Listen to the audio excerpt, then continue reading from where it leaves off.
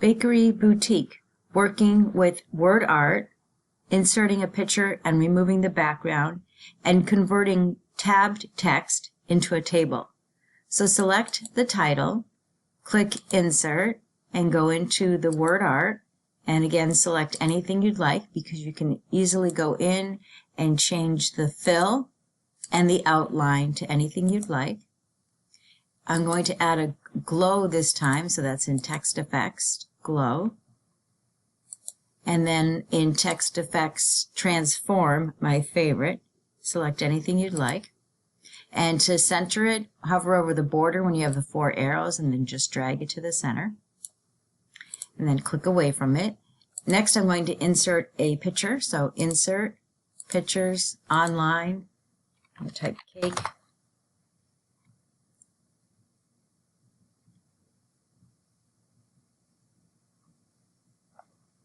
I'm going to select this one and insert, and it's going to be large, no worries. Click the layout options, and with text wrapping, choose square, and then you can close out of layout options. And then I'm going to go to the diagonal because the diagonal does both the height and the width. I'm going to reduce it, and then I can, because I turned on the square wrapping, I can move it exactly where I'd like. It's a little bit too big. And then while the picture's selected, I want to get rid of the background on this picture.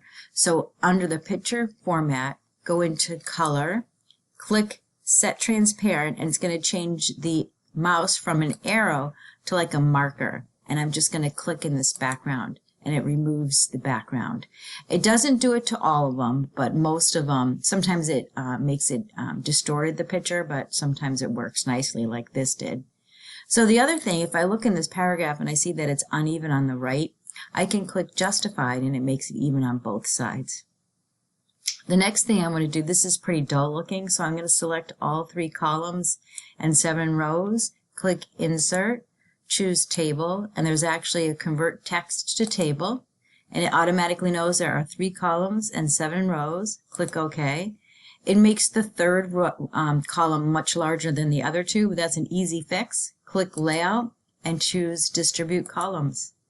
It is pretty plain, so we can go into Table Design, under Table Styles, and pick a color or style of your choice.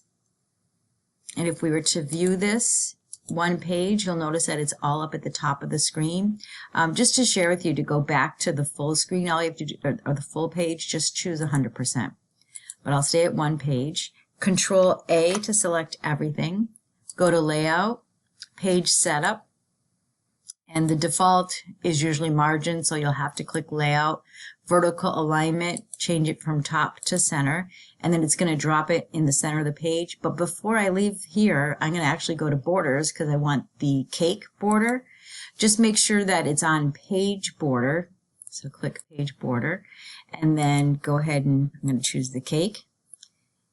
And OK, and there we have it. And if you'd like, in Design, you can go to Page Color and pick a color, and that's a Save and Submit.